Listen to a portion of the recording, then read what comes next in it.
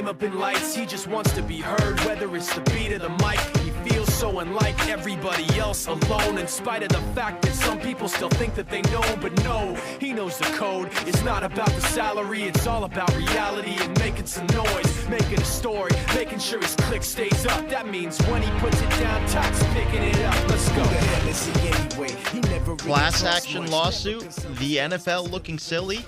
This is For the Love of Sports on Fox Sports 980, 95.9 FM, as well as the free iHeartRadio app. Thank you for tuning in, however you may be tuning in on this Sunday before Super Bowl Sunday.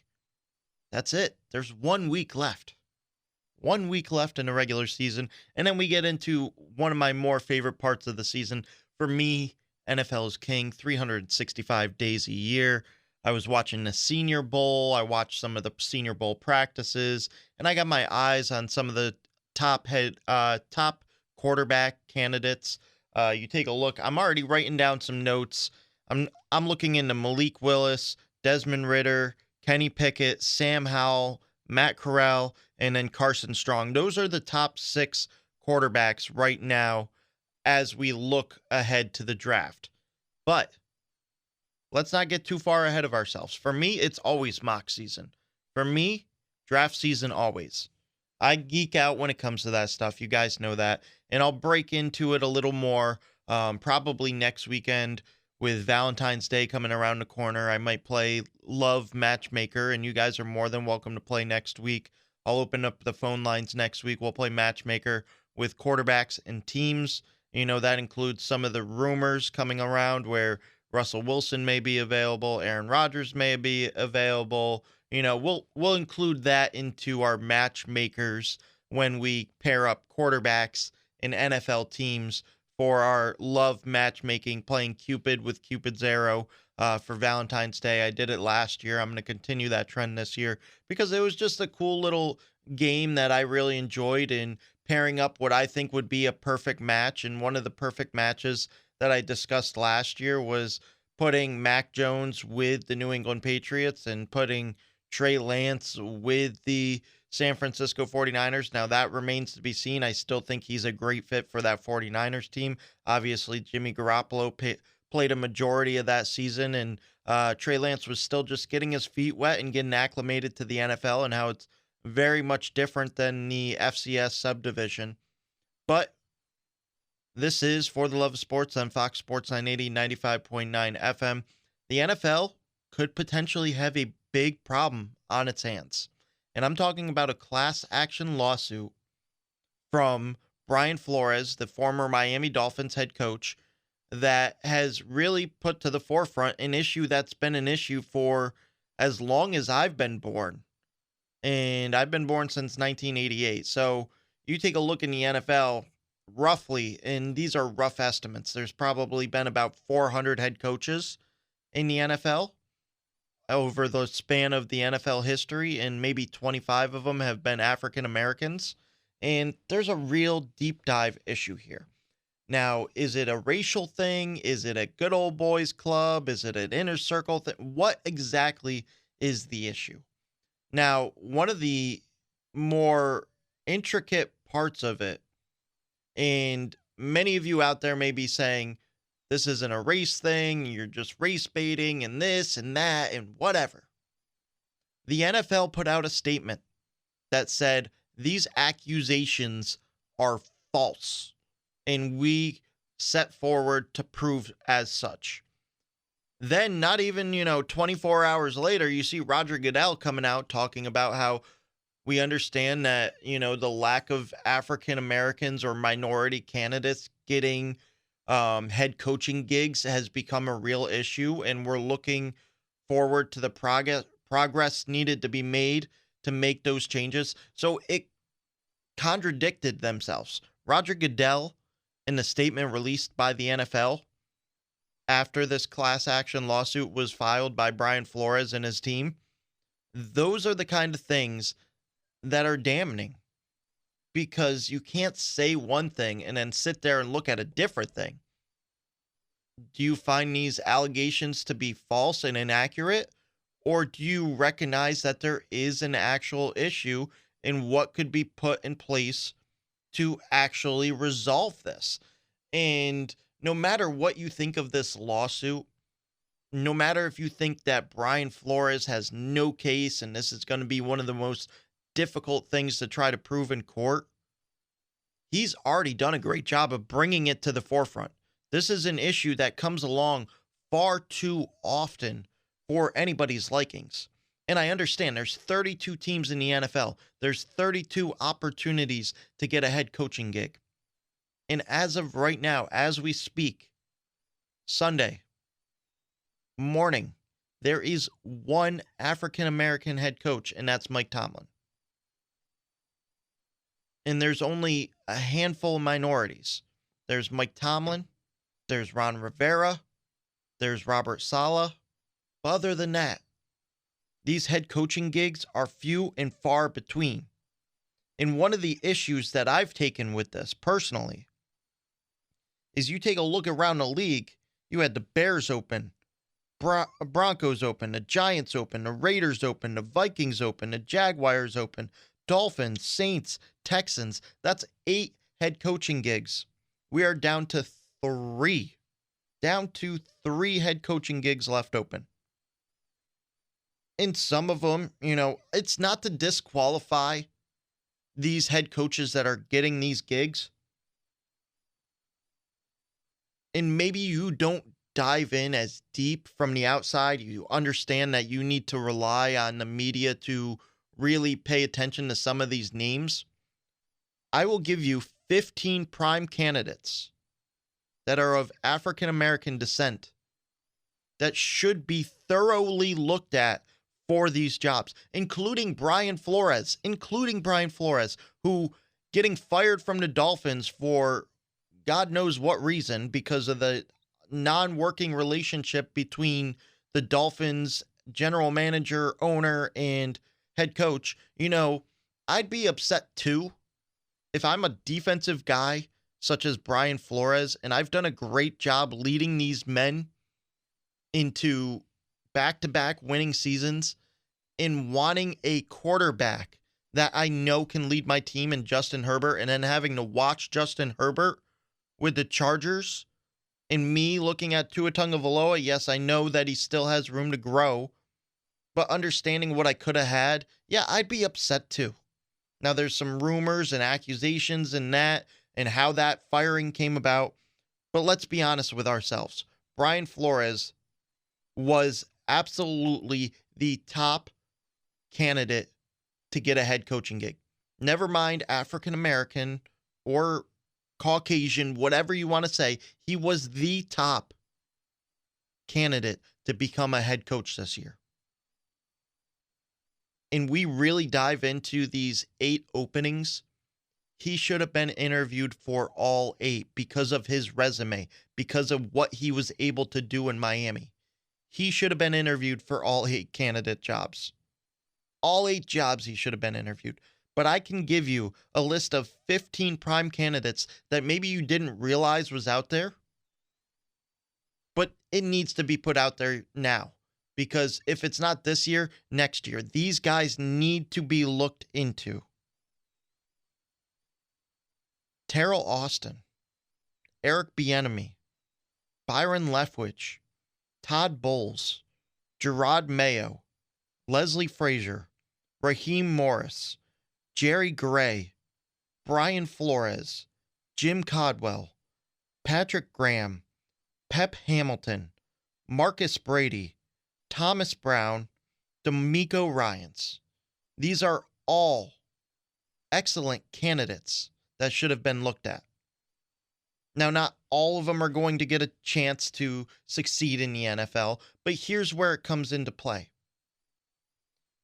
A lot of these coaches don't get another opportunity. Todd Bowles was a head coach with the New York Jets from 2015 to 2018 with a horrid roster. And he did a decent job with that team. Do you think he's ever gotten looked at for another chance? No, he has not. He has not. Leslie Frazier with the Minnesota Vikings from 2010 to 2013. Is he going to ever get a second opportunity? At this point, it doesn't look so.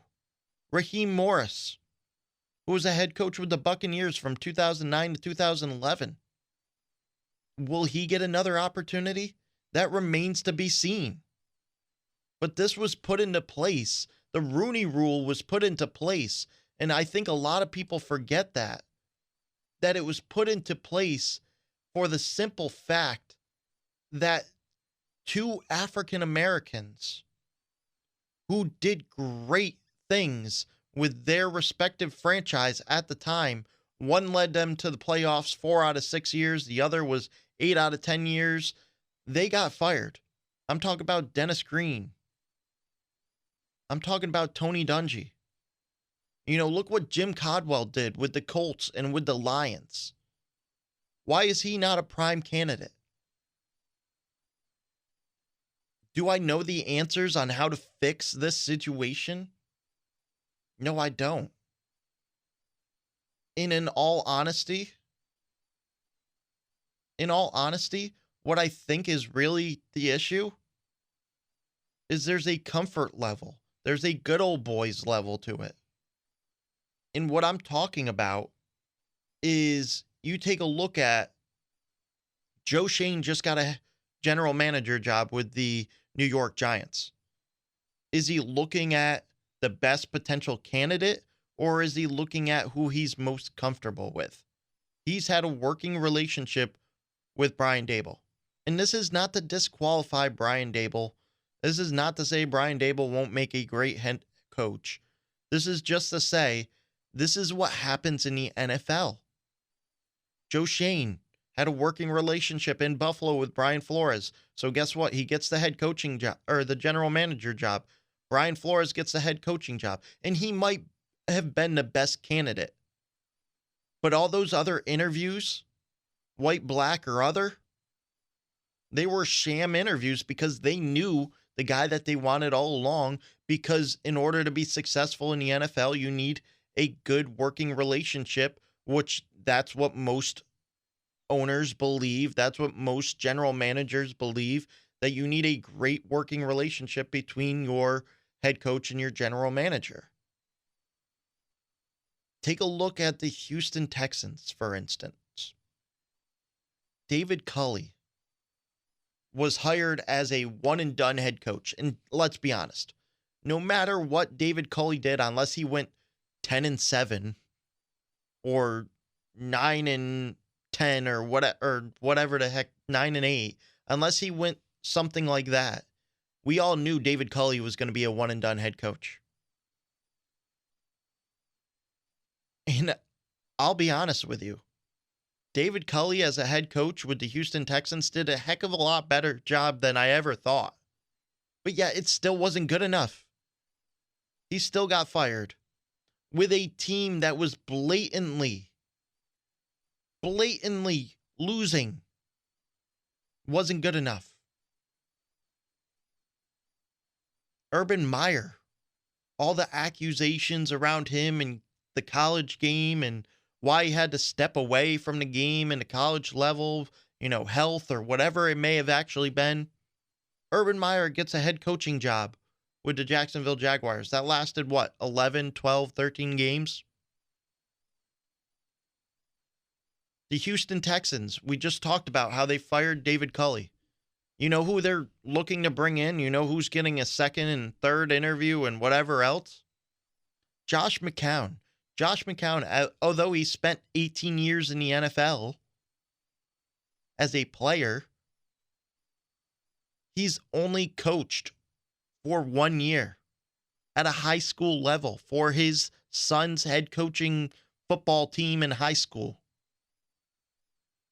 But yet he's more of a prime candidate because he has a working relationship with Nick Caserio, the general manager at the Texans. So I don't know if this is a race issue. It very well could be. I just listed 15 elite candidates that are not even getting looked at. But I think this is more of a comfortability inner circle, good old boys club where I know this person, I'm going to hire this person, and I'm just going to skip over the hiring process, and I'm just going to interview a African American candidate because the Rooney Rule tells me to. Now, has it helped taking effect and shaped other aspects of the NFL? The general manager position, the vice president position. Now the Rooney Rule for those state that you need to look at two qualified African American candidates or minority candidates. Maybe that's a rule that we need to take in place because let's be honest, where the NFL is today, and this isn't saying much, but it's slightly better than where it was back in 2002. And you take a look at 2002, right before the Rooney Rule took place. Let me just break down a chart for you. And this was done with Johnny Cochran Jr. and Dr. Madden, who dove into the statistical aspects of white coaches versus black coaches. And on average, from 1986 to 2001, on average, black head coaches over that time frame averaged 9.1 wins per season compared to 8 wins per season for white coaches. In their very first season, black coaches on average from 1986 to 2001 averaged 9.5 wins compared to 6.8 wins for white head coaches. Their last season before they got fired, black coaches averaged 6.8 wins, while white coaches averaged 5.5 wins. So what that's telling me is that there is more leeway with white head coaches than there is for African American head coaches. We talked about how great of a job Dennis Green did, Tony Dungy did, and these guys were let go from their respective teams. You know, this 15 years in the study, African American coaches averaged over 9 wins per season, while white coaches averaged over 8 wins. You know, that could be the difference of making the playoffs. Because in that 15-year span from 1986 to 2001, 60% of teams that won exactly 9 games made the playoffs, and less than 10% of the teams winning exactly 8 games made the playoffs. That's the difference. That is the difference. You know, the Rooney Rule has done a great job of helping the process. And the Rooney Rule has led to many coaches of black or other minority descent to get head coaching jobs. Marvin Lewis, Lovie Smith, Romeo Crennel, Mike Tomlin, Mike Singletary, Jim Caldwell, Raheem Morris, Leslie Frazier, Ron Rivera, Todd Bowles, Hugh Jackson, Anthony Lynn, Vance Joseph, Steve Wilkes, Brian Flores, David Culley, Robert Saleh.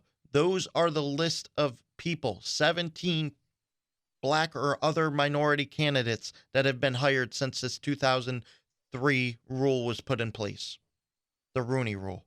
Now it's time to look and readjust. And I don't know if there's much more that you can do, because at the end of the day, Roger Goodell works for the owners. The owners don't work for Roger Goodell. And at the end of the day, it comes down to these owners and who they're hiring. And I think the ultimate thing that could potentially change this is there needs to be more minority owners. Whatever the case may be, you know, these clubs often get handed down from generation to generation. You know, the billionaire white folks go ahead and buy themselves a football team and they keep it within the family. They hand it down. You know, it's in their will, it's in their trust, whatever the case may be. You know, maybe we need to start looking at why there isn't as many minority owners. Why isn't, you know, rich African Americans getting more involved in ownership level.